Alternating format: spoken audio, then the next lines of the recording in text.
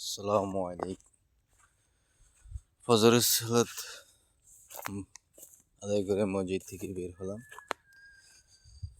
সবাই কি ফজরের সালাত আদায় করছেন? যে ইনশাল্লাহ নামাজ বেহেশতের চাবি।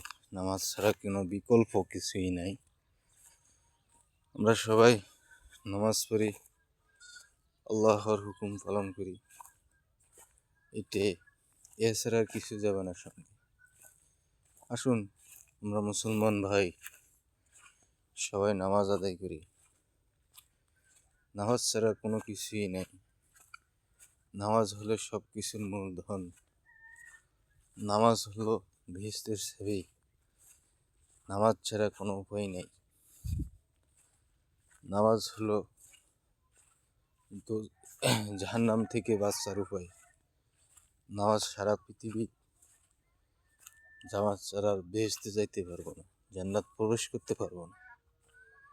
আসুন আমরা সবাই নামাজ পড়ি, নামাজ কায়েম করি, নামাজ কায়েম করি। আল্লাহ সবাইকে হেদায়েত দান করুক।